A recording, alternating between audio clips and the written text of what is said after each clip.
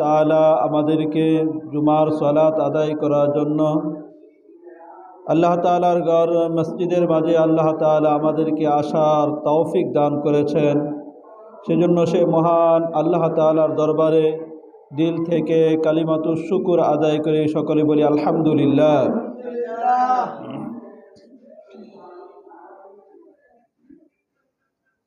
আমরা গত সপ্তাহে রাসূলুল্লাহ সাল্লাল্লাহু আলাইহি ওয়াসাল্লামের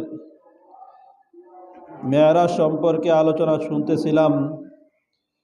রাসূলুল্লাহ সাল্লাল্লাহু আলাইহি ওয়াসাল্লামের ইসরা আর মেরাজ, রাসূল সাল্লাল্লাহু আলাইহি ওয়াসাল্লামের জমিনের মাঝে যে ভ্রমণটা হয়েছে তাকে ইসরা বলা হয়। সেই ইসরা সম্পর্কে আমরা শুনেছি। তারপরে রাসূল সাল্লাল্লাহু আলাইহি ওয়াসাল্লামের উপরের দিকে ঊর্ধ্ব জগতের দিকে ভ্রমণ সম্পর্কে আমরা শুনতেছিলাম। রাসূলুল্লাহ সাল্লাল্লাহু আলাইহি ওয়াসাল্লামকে আল্লাহ তাআলা মেরাজ করেছেন, আল্লাহ তাআলার সাথে দিদার, আল্লাহ তাআলার সাথে সাক্ষাৎ আল্লাহ তাআলা করেছেন। খুতুবাতে ফকির এর মুসান্নিফ রহমতুল্লাহি মুসান্নিফ তার কিতাবের মাঝে উল্লেখ করেন, আল্লাহ তাআলা রাসূলুল্লাহ সাল্লাল্লাহু আলাইহি ওয়াসাল্লামের সাথে সাক্ষাৎ আর মেরাজ করানোর হিকমত কিছু উল্লেখ করেন। এক নম্বর হিকমত উল্লেখ করেন, আল্লাহ তাআলা রাসূলুল্লাহ সাল্লাল্লাহু আলাইহি ওয়াসাল্লামকে জমিনের মাঝে পাঠানোর পরে আল্লাহ তাআলার মাহবুব, আল্লাহ তাআলার হাবিব, তার সাথে কথোপকথন, তার সাথে কথাবার্তা তিনি বলেন মাধ্যমের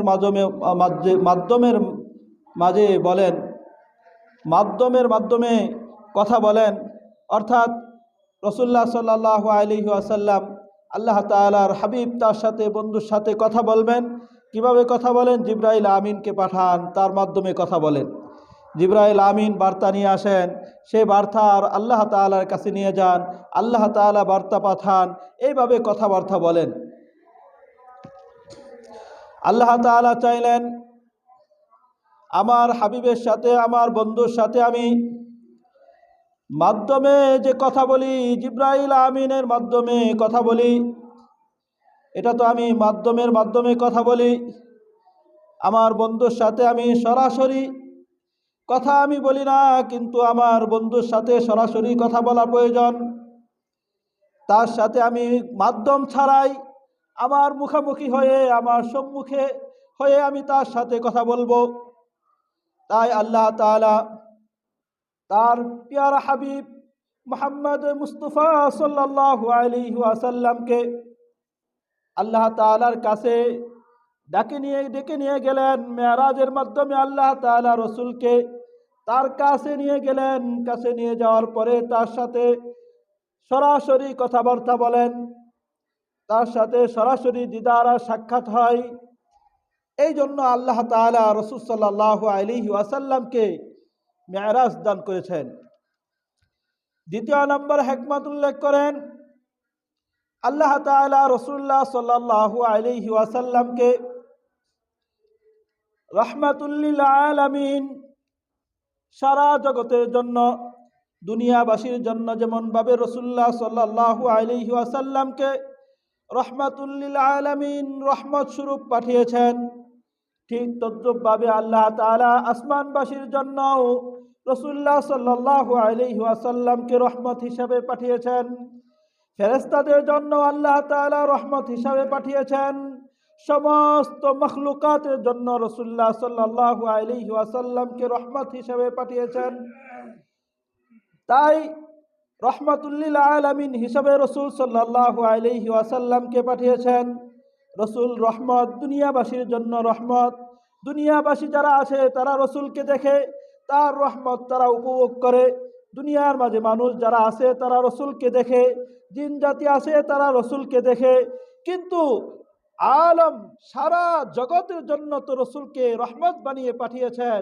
তাই রাসূলকে যাতে করে ঊর্ধ্ব জগতে যারা আছে, আসমানবাসী যারা আছে, তারাও যাতে, তাদের জন্য তো রাসূল রহমত, তারাও যাতে রসুলকে দেখতে পারে, ফেরেশতাদের জন্য রসুল রহমত, ফেরেশতারাও যাতে রসুলকে দেখতে পারে, তাই আল্লাহ তাআলা রসুল্লাহ সাল্লাল্লাহু আলাইহি ওয়াসাল্লামকে ফেরেশতাদেরকে দেখানোর জন্য আল্লাহ তাআলা তার কাছে ডেকে নিয়ে গেলেন। সুবহানাল্লাহ।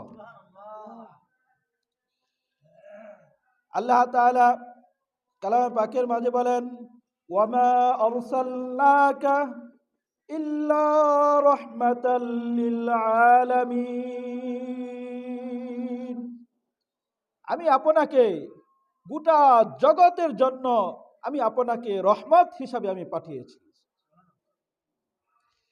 3 নম্বর হিকমত উল্লেখ করেন,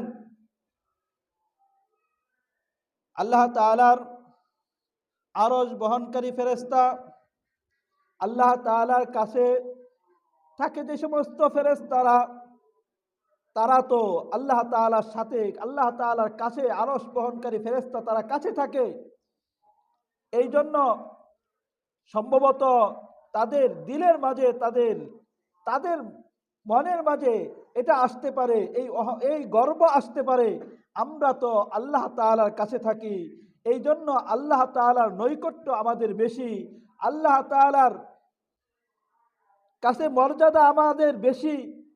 এই গর্ব যাতে করে তাদের কাছে না আসে, তাই আল্লাহ তাআলা রাসূলুল্লাহ সাল্লাল্লাহু আলাইহি ওয়াসাল্লামকে নিজের কাছে ডেকে নিয়ে গেলেন যে, ফেরেশতারা তোমরা দেখো, তোমরা ভালোভাবে দেখো, তোমরা যাতে করে তোমরা এটা মনে করিও না তোমরা আমার কাছে আসো বলে তোমাদের নৈকট্য তোমরা আমার কাছে বেশি প্রিয়, তোমরা আমার কাছে বেশি নৈকট্যপ্রাপ্ত এটা মনে করিও না, বরঞ্চ এর চাইতেও বেশি আমার কাছে নৈকট্যপ্রাপ্ত, আমার প্রিয়, এর চাইতে বেশি সে হলো আমার প্রিয় হাবিব মুহাম্মদ মুস্তাফা সাল্লাল্লাহু আলাইহি ওয়াসাল্লাম। তাই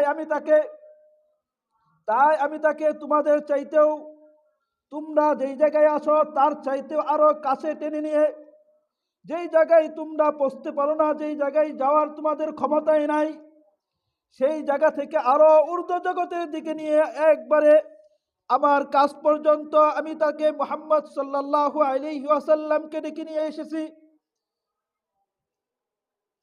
4 নম্বর হিকমত এটা উল্লেখ করেন, রাসূলুল্লাহ সাল্লাল্লাহু আলাইহি ওয়াসাল্লামকে আল্লাহ তাআলা ইমামুল কুল, সমস্ত নেতা, ইমামুল কুল আল্লাহ তাআলা বানিয়েছেন।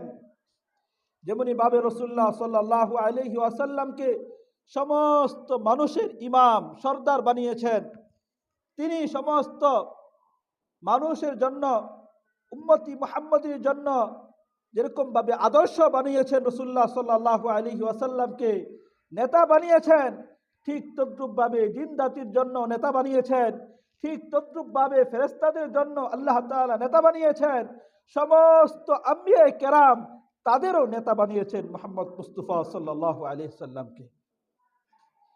তাই আল্লাহ তাআলা রাসূলুল্লাহ সাল্লাল্লাহু আলাইহি ওয়াসাল্লামকে মক্কাতুল মুকাররমা, বাইতুল্লাহ এর মাঝে মানুষের ইমাম বানিয়ে রসুলকে নেতা বানিয়েছেন। মেরাজের রাত্রিতে রাসূলুল্লাহ সাল্লাল্লাহু আলাইহি ওয়াসাল্লামকে বাইতুল্লাহ থেকে বাইতুল মুকাদ্দাস পর্যন্ত সেই জায়গায় নিয়ে গিয়ে সেই জায়গায় সমস্ত নবীদেরকে, সমস্ত আম্বিয়া কেরামদেরকে একত্রিত করে তাদের ইমামতি করিয়েছেন, 2 রাকাত নামাজ পড়িয়েছেন।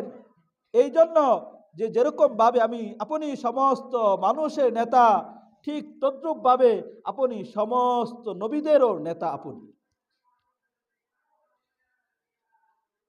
তারপরে রাসূলুল্লাহ সাল্লাল্লাহু আলাইহি ওয়াসাল্লামকে ঊর্ধ্ব জগতের দিকে নিয়ে যে ঠিক তদ্রূপ ভাবে সমস্ত ফেরেশতাদেরকে একত্রিত করে তাদেরও ইমামতি করেছেন।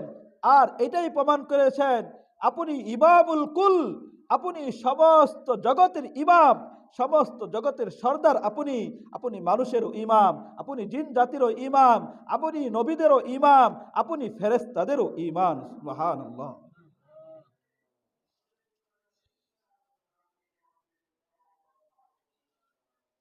পঞ্চম নাম্বার হিকমত উল্লেখ করেন, রাসূলুল্লাহ সাল্লাল্লাহু আলাইহি ওয়াসাল্লাম যখন নবুয়ত প্রাপ্ত হন, নবুয়ত প্রাপ্ত হওয়ার পরে আল্লাহ তাআলার একাত্মবাদের বাণী, তাওহীদের বাণী, আল্লাহ তাআলার বড়াই বরাত্বের কথা মানুষের কাছে বলতে থাকেন, মানুষকে বোঝাতে থাকেন। মানুষের বাড়িতে গিয়ে, বাজারে গিয়ে, রাস্তায় ঘাটে, বাটে ঘাটে, মাঠে, সব জায়গায় রাসূলুল্লাহ সাল্লাল্লাহু আলাইহি ওয়াসাল্লাম আল্লাহ তাআলার বড়াই আর বরত্বের কথা যখন বলতে থাকেন, সেই সময় কাফেররা, মুশরিকরা রাসূলুল্লাহ সাল্লাল্লাহু আলাইহি ওয়াসাল্লামের বিরুদ্ধে দাঁড়ায়। আর রাসূল সাল্লাল্লাহু আলাইহি ওয়াসাল্লামের কাছে বিরুদ্ধে দাঁড়ানোর পরে বিভিন্নভাবে কষ্ট দিতে থাকে। এক পর্যায়ে রাসূলুল্লাহ সাল্লাল্লাহু আলাইহি ওয়াসাল্লামের কাছে এসে কাফেররা রাসূল সাল্লাল্লাহু আলাইহি ওয়াসাল্লামের কাছে এসে এই প্রস্তাব পেশ করে যে আপনি আপনি আমাদের মূর্তিদের বিরুদ্ধে কথাবার্তা ছেড়ে দেন, আপনি বড়াই বরত্বের কথা না বলে আপনি আমাদের মূর্তিদের গালমন্দ করিয়েন না, আমরা যারাদের পূজা করি সেগুলার বিরুদ্ধে কথা বলিলেন না। যখন আপনার যদি এর জন্য আপনার কি প্রয়োজন, এর জন্য কি আপনার দুনিয়ার ক্ষমতার প্রয়োজন, রাজত্বের প্রয়োজন, তাহলে আমরা আপনার কাছে, আমরা আপনাকে আমাদের নেতা বানাবো, আমরা আপনাকে আমাদের সর্দার বানাবো, আমরা আমাদের রাজত্বকে আপনার কাছে সুপুর্দ করব। তারপরে আপনি যদি এটার উদ্দেশ্য আপনার এটাই হয়, সম্পদের প্রয়োজন, তাহলে আমরা আপনাকে আমাদের অনেক সম্পদের স্তূপ আপনার সামনে পেশ করব, তারপরেও আপনি এই একাত্মবাদের কথাকে ছেড়ে দেন। তাও যদি না হয়, আপনার যদি এটাই উদ্দেশ্য হয়, আপনি সম্ভ্রান্ত পরিবারের কোনো সুন্দরী রমণী নারীকে আপনি বিবাহ করার উদ্দেশ্য হয়, তাহলে আমরা তাও আপনার কাছে পেশ করব। রাসূল সাল্লাল্লাহু আলাইহি ওয়াসাল্লামকে তারা তো দুনিয়ার এই সমস্ত লোক রাসূল সাল্লাল্লাহু আলাইহি ওয়াসাল্লামের সামনে পেশ করেছেন। রাসূল সাল্লাল্লাহু আলাইহি ওয়াসাল্লাম তারপরেও আল্লাহ তাআলার বড়াই বরত্বের কথা, একাত্মবাদের কথা বলা থেকে ক্ষান্ত হন নাই, থেমে যান নাই। আল্লাহ তাআলা চাইলেন আমি আমার হাবিবকে, এই দুনিয়ার মানুষ যারা আছে কাফের মুশরিকরা, তারা তো দুনিয়ার লোভ লালসা রাসূলের সামনে পেশ করে। আমার বড়াই বরত্বের কথা বলার কারণে, আমার কথা তাদের কাছে বলার কারণে, আমার সাথে যারা যাদেরকে শিরিক করে তাদের বিরুদ্ধে কথা বলার কারণে, আমার পেয়ারা হাবিবের সামনে, আমার বন্ধুর সামনে তারা দুনিয়ার বিভিন্ন বস্তু তারা পেশ করে, দুনিয়ার সম্পত্তি তারা পেশ করে, দুনিয়ার রাজত্ব তারা পেশ করে, দুনিয়ার ক্ষমতা তারা পেশ করে। আমি আমার বন্ধুকে আমার কাছে ডেকে নিয়ে এই দুনিয়ার খাজানার চাইতেও, দুনিয়ার সম্পদের চাইতেও আরো বেশি খাজানা যে আমার কাছে আছে, আরো বেশি জিনিস যে আমার কাছে আছে, দুনিয়ার যে সমস্ত জিনিস তারা পেশ করে তার চাইতেও আরো বেশি নাজ আর নিয়ামত আমার কাছে যে আছে, আমি সেইগুলা আমার পেয়ারা হাবিবকে দেখানোর জন্য আমি আমার কাছে ডেকে নিয়েছি। তাই তো রাসূলুল্লাহ সাল্লাল্লাহু আলাইহি ওয়াসাল্লামকে মেরাজের রাত্রিতে আল্লাহ তাআলার জান্নাতে নাজ আর নিয়ামত আল্লাহ তাআলা দেখিয়েছেন। আল্লাহ তাআলার বিভিন্ন খাজানা, বিভিন্ন নিয়ামত আল্লাহ তাআলা দেখিয়েছেন। জাহান্নামের শাস্তি, ভয়াবহতা তাও দেখিয়েছেন, সায়ের করেছেন, ভ্রমণ করে করে আল্লাহ তাআলা খাজানাগুলাকে দেখিয়েছেন। এই যেই খাজানার সামনে দুনিয়ার এই সমস্ত নাজ আর নিয়ামত, দুনিয়ার এই সমস্ত ধন সম্পত্তি, এগুলা কোনো তুলনাই নাই, এগুলার কোনো মূল্যই নাই।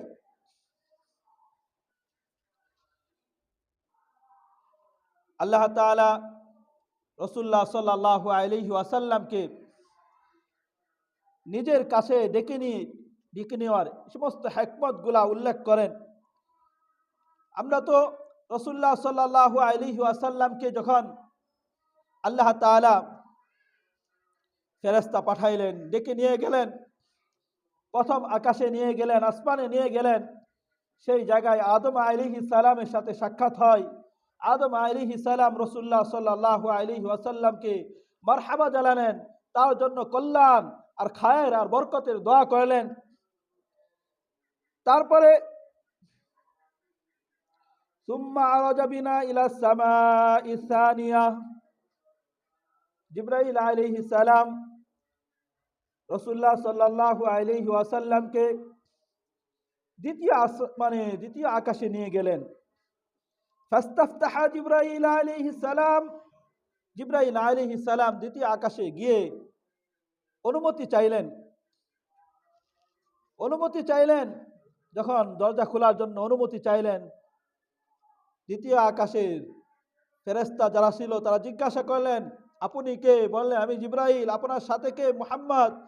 মুহাম্মদকে নিয়ে আসার জন্য আপনাকে কি পাঠানো হয়েছে? বললেন, হ্যাঁ, আমাকে নিয়ে আসার জন্য পাঠানো হয়েছে। দেখেন, জিবরাইল আলাইহিস সালাম প্রথম আসমানে গিয়ে অনুমতি চাইলেন, দ্বিতীয় আসমানে গিয়ে অনুমতি চাইলেন। তিনি তো চাইলে পারতেন অনুমতি ছাড়াই প্রবেশ করতে, কিন্তু তারপরেও অনুমতি চেয়ে আমাদেরকে একটা জিনিস আমাদেরকে শিক্ষা দিলেন। হে মুসলমান, হে মানুষ, তোমরা শুনে রাখো, তোমরাও যখন কারো বাড়িতে, কারো ঘরে, অন্যের ঘরে যখন তোমরা প্রবেশ করবা, তখন তোমাদেরও উচিত হলো তোমরা তাদের কাছ থেকে অনুমতি নিয়ে তারপরে তাদের ঘরে প্রবেশ করবে। আল্লাহ তাআলা সূরাতুন নূর এর ২৭ নম্বর আয়াতের মাঝে আল্লাহ তাআলা আমাদেরকে জানিয়ে দিলেন, ইয়া আইয়ুহাল্লাযীনা আমানু লা তাদখুলু বুয়ুতান গায়রা বুয়ুতিকুম, হে ঈমানদারেরা, লা তাদখুলু বুয়ুতান গায়রা বুয়ুতিকুম, তোমরা অন্য কারো ঘরে প্রবেশ করিও না, হাত্তা, যতক্ষণ না পর্যন্ত অনুমতি না নিবে ততক্ষণ পর্যন্ত তোমরা অন্যের ঘরে প্রবেশ করিও না, হাত্তা তাস্তানিসু, অতক্ষণ পর্যন্ত অন্যের ঘরে অনুমতি না নেওয়ার আগ পর্যন্ত, পূর্ব পর্যন্ত তোমরা তাদের ঘরে প্রবেশ করিও না। এই অনুমতি নেওয়ার এই আয়াতের মাধ্যমে আল্লাহ তাআলা আমাদেরকে আমাদের মাঝে অশ্লীলতা আর বেহায়াপনা ছড়িয়ে পড়ার যে সমস্ত মাধ্যমগুলো আছে, যে সমস্ত কারণগুলো আছে, সে সমস্ত কারণগুলা উল্লেখ করার প্রথম কারণ আল্লাহ তাআলা এই জায়গায় উল্লেখ করেন, সেটা হলো যে তোমরা যদি কারো ঘরে প্রবেশ করার ক্ষেত্রে অনুমতি নিয়ে প্রবেশ করো, অনুমতি যখন দিবে তখন প্রবেশ করবে, তাহলে তোমাদের মাঝে অশ্লীলতা আর বেহায়াপনা ছড়াবে না, বিস্তার লাভ করবে না। অনুমতি না নিয়ে প্রবেশ করার কারণে অনেক সময় বিভিন্ন ধরনের অশ্লীলতা আর বেহায়াপনা ছড়িয়ে পড়ে, অশ্লীলতা আর বেহায়াপনার ঘটনাও শোনা যায়। আর আল্লাহ তাআলা আমাদেরকে অনুমতি কিভাবে নিবে তাও আল্লাহ তাআলা আমাদেরকে শিখিয়ে দিলেন। ওয়াতুসাল্লিমু আলা আহলিহা, তোমরা অনুমতি কিভাবে নিবে? ওয়াতুসাল্লিমু আলা আহলিহা, ওই ঘরবাসী যারা আছে, ঘরওয়ালা যারা আছে, তাদেরকে তোমরা সালাম দেও। হাদিসের মধ্যে এসেছে, অন্য কারো ঘরে প্রবেশ করার প্রয়োজন পড়লে তাহলে তার ঘরের কাছে গিয়ে তাকে সালাম দেও, একবার, দুইবার, তিনবার। যদি সালামের উত্তর না আসে, অনুমতি না পাওয়া যায়, তাহলে ফিরত চলে যাও।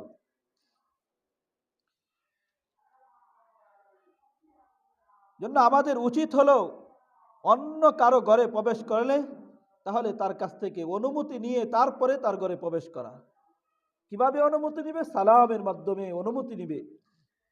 দেখা যায় ঘরের মাঝে গেট থাকে, দূরে থাকে মানুষ, সালাম দিলে সালাম শোনা যাবে না, তাহলে নক করেন, বেল থাকে, বেল টিপেন, কাছে যখন আসবে তখন তারপরে তাকে সালাম দেন, যখন অনুমতি হবে তখন তারপরে প্রবেশ করেন। ইয়া আইয়ুহাল্লাযীনা আমানু লা তাদখুলু বুয়ুতান গায়রা বুয়ুতিকুম, তোমরা অন্য কারো ঘরে প্রবেশ করিও না, হাত্তা তাস্তানিসু ওয়া তুসাল্লিমু আলা আহলিহা, যতক্ষণ না পর্যন্ত তাদের কাছ থেকে অনুমতি নিবে, আর অনুমতি নিবে তোমরা সালামের মাধ্যমে তোমরা সালাম দেও। আর এটা তোমাদের জন্য আজকা, তোমাদের জন্য পবিত্রতার কারণ হবে, তোমরা পবিত্র থাকবে এর মাধ্যমে। তোমাদের কাছে যখন তোমরা এই পন্থা গ্রহণ করবে, এই পদ্ধতি গ্রহণ করবে, অনুমতি নিয়ে অন্যের ঘরে প্রবেশ করবে, হঠাৎ করে ঢুকে যাবে না, কারণ সেই ঘরের মাঝে বিভিন্ন শ্রেণীর লোক থাকে, গैर মাহরাম লোক আছে, যাদেরকে দেখা জায়েজ নাই, সে তোমার সামনে পড়ে যাবে। তারা বিভিন্ন হালতে থাকে, বিভিন্ন অবস্থায় থাকে, সেটা তুমি দেখে ফেলবে। এর মাধ্যমে অশ্লীলতা ছড়ায়, অশ্লীলতা বিস্তার লাভ করে, সেগুলা লাভ করবে না। যখন লাভ না করবে, বিস্তার অশ্লীলতা না ছড়াবে, তখন তুমিও পবিত্র থাকবে, ওই ঘরবাসীরা সকলেই পবিত্র থাকবে।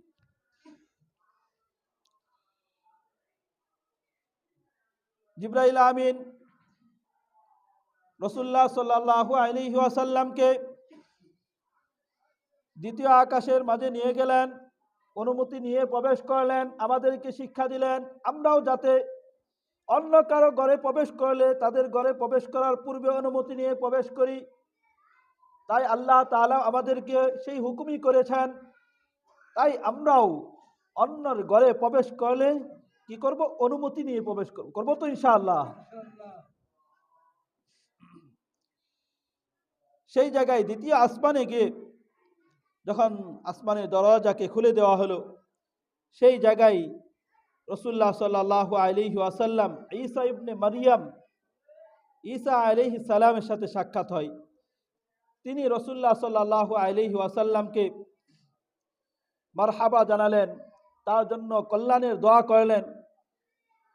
সেই জায়গা থেকে তারপরে রাসূলুল্লাহ সাল্লাল্লাহু আলাইহি ওয়াসাল্লাম সুম্মা আরাজা বিনা ইলা সামাই সালিসা, তারপরে রাসূলুল্লাহ সাল্লাল্লাহু আলাইহি ওয়াসাল্লামকে তৃতীয় আসমানে নিয়ে গেলেন। সেই জায়গায় গিয়ে অনুমতি চাইলেন। সেই জায়গায় গিয়ে দেখা হয় ইউসুফ আলাইহিস সালামের সাথে সাক্ষাৎ হয়, যাকে আল্লাহ তাআলা কদ উতিয়া শাতরাল হুসনি, যাকে আল্লাহ তাআলা অর্ধেক সৌন্দর্য আল্লাহ তাআলা যাকে আল্লাহ তাআলা দান করেছেন, তার সাথে যখন সাক্ষাৎ হয় তিনিও ফারাহাবা ওয়া দাআলি বিখাইর, তিনিও মারহাবা জানান এবং রাসূলুল্লাহ সাল্লাল্লাহু আলাইহি ওয়াসাল্লামের জন্য কল্যাণের দোয়া করেন। চতুর্থ আসমানে নিয়ে যান, সেই জায়গায় অনুমতি চান, তারপরে প্রবেশ করেন। সেই জায়গায় গিয়ে ইদ্রিস আলাইহিস সালামের সাথে সাক্ষাৎ হয়,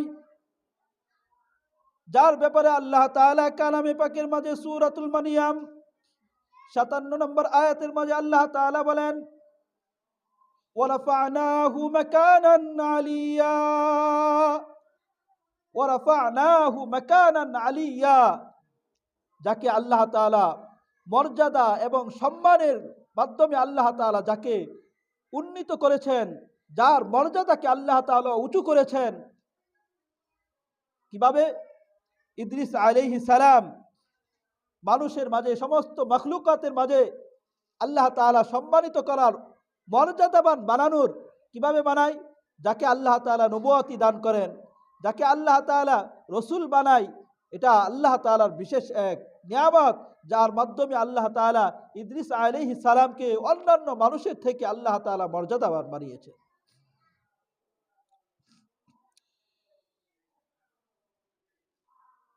তারপরে যখন চতুর্থ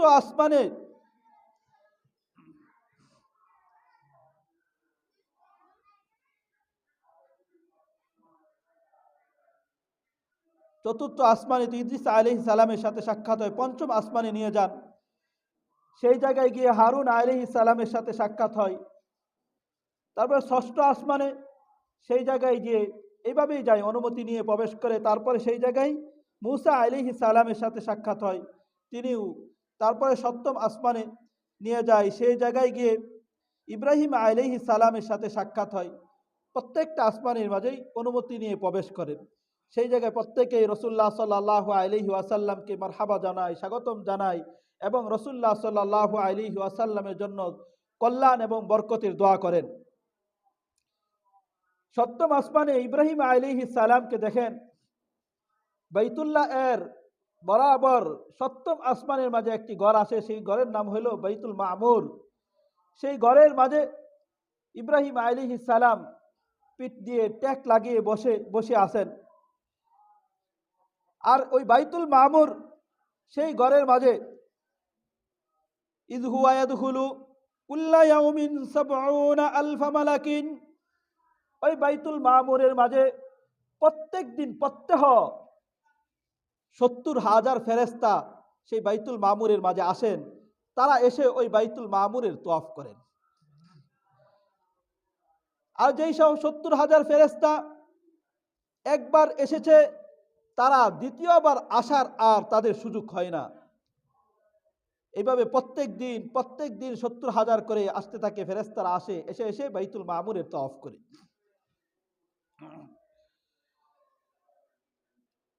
সেই জায়গায় যখন ইব্রাহিম আলাইহিস সালামের সাথে রাসূলুল্লাহ সাল্লাল্লাহু আলাইহি ওয়াসাল্লামের সাক্ষাৎ হয়, ইব্রাহিম আলাইহিস সালাম আমাদেরকে একটা জিনিস, একটা বার্তা আমাদেরকে দিয়ে দিয়েছেন রাসূলুল্লাহ সাল্লাল্লাহু আলাইহি ওয়াসাল্লামের কাছে, যেটা তিরমিজি, সুনানে তিরমিজি এর ৩৪৬২ নম্বর হাদিসের মধ্যে এসেছে।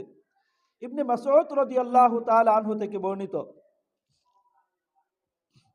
তিনি বলেন, ক্বালা রাসূলুল্লাহ সাল্লাল্লাহু আলাইহি ওয়াসাল্লাম, রাসূলুল্লাহ সাল্লাল্লাহু আলাইহি ওয়াসাল্লাম বলেছেন, লাকিতু ইব্রাহিম, ইব্রাহিম আলাইহিস সালামের সাথে আমার সাক্ষাৎ হয়। কোথায়? লাইলাতা উসরিয়া বি, যেই রাত্রিতে আল্লাহ তাআলা আমাকে মেরাজ করিয়েছেন, যেই রাত্রিকে আল্লাহ তাআলা দিদারের জন্য, সাক্ষাতের জন্য আল্লাহ তাআলা তার কাছে আমাকে ডেকে নিয়ে গেছেন, সেই রাত্রিতে ইব্রাহিম আলাইহিস সালামের সাথে আমার সাক্ষাৎ হয়। ফাকালা ইয়া মুহাম্মদ, ইব্রাহিম আলাইহিস সালাম তিনি বলেন, ইয়া মুহাম্মদ, হে মুহাম্মদ, আকরি উম্মাতাকা মিন্নিস সালাম, আকরি উম্মাতাকা মিন্নিস সালাম, আপনি আপনার উম্মতকে আমার পক্ষ থেকে তাদেরকে সালাম জানায়। কেউ যদি কারো কাছে, আমরা মাসলা জানি, একটা মাসলা শুনি, কেউ যদি একজন আরেকজনকে সালাম পাঠায়, অনেকজন বলে যখন ওনার সাথে, তোমার বাবার সাথে সাক্ষাৎ হবে তখন আমার সালাম দিও। তাহলে পদ্ধতি হলো, যখন সালাম জানাবেন তখন তাকে সালাম দিয়ে দেওয়া, আসসালামু আলাইকুম বলা, তারপরে বলে তুমি এই সালামটা জানাই। আর যে যখন পৌঁছাইবে তার কাছে, যে আমার বাবা আমাকে আপনার কাছে সালাম পৌঁছাইছেন, তখনও সে সালাম দিয়ে আসসালামু আলাইকুম বলে তারপরে বলবে যে উনি সালাম পৌঁছাইছেন। আর যখন এই সালামটা পৌঁছবে তার কাছে, তখন সে উত্তর দিবে কিভাবে? ওয়া আলাইকা ওয়া আলাইহিস সালাম, কেউ আমার কাছে সালাম পাঠাইলো, সে এসে সংবাদ দিল, তখন আমি উত্তর দিব কিভাবে? ওয়া আলাইকা ওয়া আলাইহিস সালাম। তাই ইব্রাহিম আলাইহিস সালাম আমাদেরকে যেহেতু সালাম পৌঁছাইছেন, কার মাধ্যমে? রসুলের মাধ্যমে। আর রসুল সে কথাগুলো আমাদেরকে জানিয়েছেন, আর আমরাও সেই সংবাদটা পাইলাম কিভাবে? রসুলের হাদিসের মাধ্যমে। তাই আমাদেরও উচিত হলো সেই ইব্রাহিম আলাইহিস সালামের উত্তর দেওয়া। সালামের কি দেওয়া? উত্তর দেওয়া। কিভাবে? আমরা সকলে বলি ওয়া আলাইকা, সকলে বলি ওয়া আলাইকা ওয়া আলাইহিস সালাম। ইব্রাহিম আলাইহিস সালাম সালাম পৌঁছাইলেন যে আপনি আপনার উম্মতকে সালাম পৌঁছাবেন আমার পক্ষ থেকে, ওয়া আখবিরহুম, এবং তাদেরকে একটা সংবাদ দিবেন, তাদেরকে একটা বার্তা দিবেন, একটা মেসেজ দিবেন, কি? আন্নাল জান্নাতা তিবাতুত তুরবাহ, তাদেরকে এই বার্তা দিবেন, আন্নাল জান্নাতা তিবাতুত তুরবাতি, জান্নাত এর মাটি যে আছে এটা খুবই সুগন্ধ এবং সমৃদ্ধশীল। ওয়া আযবাতুল মা, এবং জান্নাতের যে পানি আছে সে পানিটাও সুমিষ্ট, মিষ্টি পানি। ওয়া আন্নাহা কিয়ানুন, আর যে জান্নাতে আছে, জান্নাতটা হলো সমতল ভূমি, চারণ ভূমি, যার মাঝে কোনো গাছপালা তরুলতা কিছুই নাই। এখন বলেন, আমাদের কারো যদি কোথাও জমি থাকে, তখন সেই জমির মাঝে আমরা কি করি? জমিটা শুধু ফাঁকা পড়ে আসে, খালি আসে, তখন কই কিছু না কিছু তো করা দরকার, হয় গাছ লাগায়, বিভিন্ন গাছ লাগায়, বিভিন্ন ধরনের কিছু করি কি না? এখন আল্লাহ তাআলা আমাদেরকে মুসলমান বানিয়েছেন, আমি আপনি মুসলমান, আল্লাহ তাআলা আমাদের জন্য জান্নাত, একদিন না একদিন জান্নাত আল্লাহ তাআলা বরাদ্দ করে রেখেছেন। আযাব গুনাহের কারণে হইতে পারে, গুনাহের কারণে হইতে পারে কিছুদিন জাহান্নাম ভোগ করতে হবে, কিন্তু তারপরে পরিশেষে একদিন না একদিন জান্নাতে যাবই। জান্নাত আল্লাহ তাআলা আমাদের জন্যই বানিয়েছেন। কাদের জন্য বানিয়েছেন? মুসলমান যে ঈমানওয়ালা তার জন্যই তো আল্লাহ তাআলা বানিয়েছেন। এখন বলেন, জমিনের মাঝে যখন জমিন আমার কোথাও জমি থাকে, তখন সেই জমিকে আবাদ করার জন্য খুব মেহনত করি, সেই জায়গায় গাছপালা লাগানোর জন্য খুব মেহনত করি। জান্নাত যে আল্লাহ তাআলা আমাকে আপনাকে দিবেন, সেই জান্নাতটাও তো এরকম ভাবে কি আনুন, সেটাও চারণভূমি, কোনো গাছপালা তরুলতা কিছুই নাই। সেই জায়গায় আমার আপনার গাছপালা লাগানোর প্রয়োজন আছে কি নাই? জোরে বলেন, আছে কি নাই? নাই মনে কো, অনেকের নাই মনে কো, আছে কি নাই? লাগাইতে হলে রাসূলুল্লাহ সাল্লাল্লাহু আলাইহি সাল্লাম আমাদেরকে জানিয়েছেন, ইব্রাহিম আলাইহিস সালাম এর মাধ্যমে আমাদেরকে ইব্রাহিম আলাইহিস সালাম জানিয়ে দিয়েছেন যে জান্নাতের যে জান্নাত, এটার মাঠ চারণভূমি, এর মাঝে কোনো গাছপালা তরুলতা কিছুই নাই। ওয়া আন্না গিরাসাহা, ওই জান্নাতের মাঝে তোমার গাছ লাগবে কিভাবে? জান্নাতের গাছ বপন হবে কিভাবে? সুবহানাল্লাহি ওয়াল হামদুলিল্লাহ ওয়ালা ইলাহা ইল্লাল্লাহু আল্লাহু আকবার। যখন তুমি এটা বলবে, বলার সাথে সাথে তোমার জান্নাতের মাঝে গাছ লাগতে থাকবে। সুবহানাল্লাহ। এখন এখন বলেন, এই সমস্ত তাসবিহগুলা আমরা যখন বেকার অনর্থক বসে থাকি, দোকানের মাঝে বসে থাকি, দেখা যায় দোকানের মাঝে বসে থাকি, চাকরির মাঝে বসে থাকি, ঘরের মাঝে অনর্থক বসে থাকি, বসে থেকে বিভিন্ন পর্যায়ে গুনাহের মাঝে লিপ্ত না হয়ে আমি আর আপনি যদি এইগুলা তাসবিহগুলা বারবার পড়তে থাকি, তাহলে কি হবে? আমার দুনিয়া যেরকম ভাবে আমি সাজাইতে থাকি, এর মাধ্যমে আমার কি হবে? জান্নাতের মাঝে জান্নাতটাও এরকম ভাবে সাজতে থাকবে। সুবহানাল্লাহ। যেন সকলে বলেন না, সুবহানাল্লাহ ওয়ালহামদুলিল্লাহ ওয়ালা ইলাহা ইল্লাল্লাহু ওয়াল্লাহু আকবার। পড়বো তো বেশি বেশি ইনশাআল্লাহ। আল্লাহ তাআলা আমাদেরকে বেশি বেশি এই সমস্ত তাসবিহগুলা পড়ার তৌফিক দান করে। সকলে বলি আমিন। উঠা বসায়, শোয়ানো অবস্থায়, দাঁড়ানো অবস্থায়, চলা অবস্থায় সব সময় যাতে এই সমস্ত তাসবিহগুলা পড়তে পারি, আল্লাহ তাআলা সেই তৌফিক আল্লাহ তাআলা আমাদেরকে দান করে। সকলে বলি আমিন। রাসূলুল্লাহ সাল্লাল্লাহু আলাইহি ওয়াসাল্লামের সপ্তম আসমান, তারপরে রাসূলুল্লাহ সাল্লাল্লাহু আলাইহি ওয়াসাল্লামকে নিয়ে যাওয়া হয়। সুম্মা আরাজা বিনা ইলা সিদরাতিল মুনতাহা, তারপরে রাসূলুল্লাহ সাল্লাল্লাহু আলাইহি ওয়াসাল্লামকে সিদরাতুল মুনতাহা সেই জায়গায় নিয়ে যাওয়া হয়। সেই জায়গায় মানে কি? সেই জায়গায় হলো সিদরাতুল মুনতাহা, শেষ সীমার বড়ই গাছ। সেই জায়গায়, সেই সিদরাতুল মুনতাহার নিচে যারা আছে তারা তার উপরে ওঠার তাদের কোনো অধিকার নাই, এর উপরে যারা আছে তাদেরও তার নিচে নামার কোনো অধিকার নাই। সেই জায়গাকে ভেদ করে রাসূলুল্লাহ সাল্লাল্লাহু আলাইহি ওয়াসাল্লামকে নিয়ে যাওয়া হয়। রাসূল সাল্লাল্লাহু আলাইহি ওয়াসাল্লাম বলেন, সেই জায়গায় যখন নিয়ে যাওয়া হয়, সেই গাছটাকে যখন আল্লাহ তাআলার নির্দেশেই ওটাকে যখন অন্য একটা বেষ্টনী দেওয়া হয়, ওটার যে এক সৌন্দর্য, ওই গাছের যে একটা সৌন্দর্য হয়, সেই সৌন্দর্য কোনো মানুষ বর্ণনা করে শেষ করতে পারবে না। সুবহানাল্লাহ। এমন এক সৌন্দর্য আল্লাহ তাআলা তাকে দান করেন। যখন আল্লাহ তাআলা রাসূলুল্লাহ সাল্লাল্লাহু আলাইহি ওয়াসাল্লামকে সেই সিদরাতুল মুনতাহা ভেদ করে আল্লাহ তাআলার কাছে নিয়ে যাওয়া হয়, রাসূল সাল্লাল্লাহু আলাইহি ওয়াসাল্লাম বলেন, ফাআওহাল্লাহু ইলাইয়া মা আওহা। আল্লাহ তাআলা সেই জায়গায় যখন নিয়ে যাওয়া হয়, আমি আপনাদেরকে শুরুতেই বলতেছিলাম, কুতুবাতুল ফকির এই কিতাবের মাঝে কিতাবের লেখক মেরাজের কিছু হিকমত বলেছিলেন, সেই হিকমতগুলো আমরা শুনেছিলাম। আর এই কিতাবের মাঝেও উনি উল্লেখ করেন, রাসূলুল্লাহ সাল্লাল্লাহু আলাইহি ওয়াসাল্লামকে যখন আল্লাহ তাআলার কাছে ডেকে নিয়ে যাওয়া হয়, সেই জায়গায় নিয়ে যাওয়ার পরে রাসূলুল্লাহ সাল্লাল্লাহু আলাইহি ওয়াসাল্লাম আল্লাহ তাআলার কাছে চলে যান।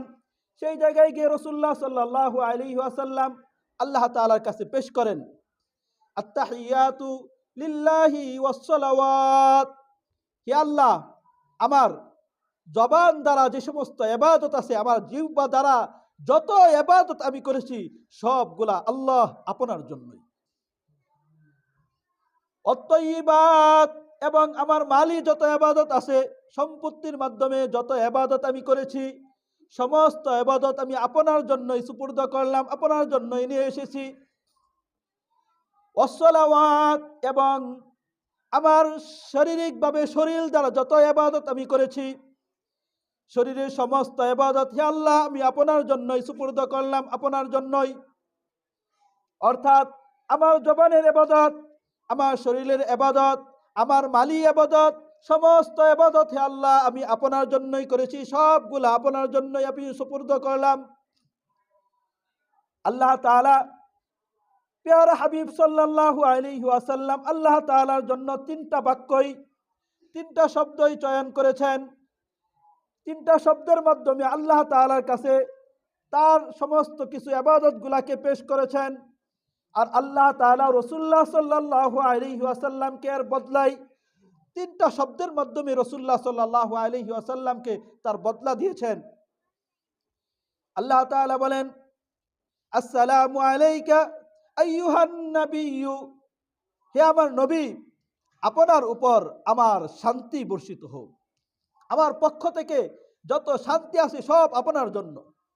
ওয়া রাহমাতুল্লাহ, এবং আল্লাহ তাআলার পক্ষ থেকে রহমত সব আপনার জন্য। ওয়া বারাকাতু, এবং আল্লাহ তাআলার পক্ষ থেকে বরকত এটাও আপনার জন্য।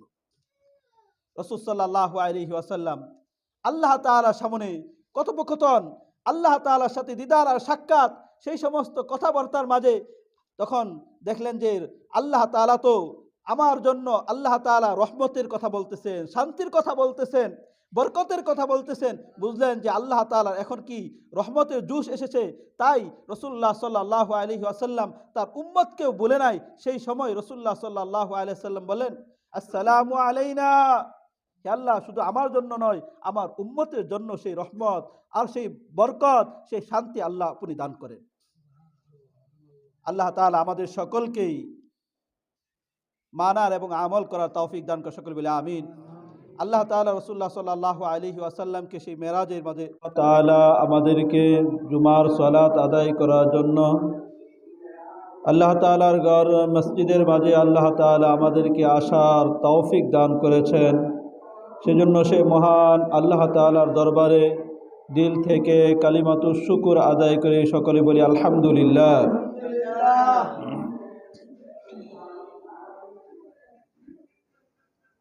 আমরা গত সপ্তাহে রাসূলুল্লাহ সাল্লাল্লাহু আলাইহি ওয়াসাল্লামের মেরাজ সম্পর্কে আলোচনা শুনতেছিলাম। রাসূলুল্লাহ সাল্লাল্লাহু আলাইহি ওয়াসাল্লামের ইসরা আর মেরাজ, রাসূল সাল্লাল্লাহু আলাইহি ওয়াসাল্লামের জমিনের মাঝে যে ভ্রমণটা হয়েছে তাকে ইসরা বলা হয়। সেই ইসরা সম্পর্কে আমরা শুনেছি। তারপরে রাসূল সাল্লাল্লাহু আলাইহি ওয়াসাল্লামের উপরের দিকে ঊর্ধ্ব জগতের দিকে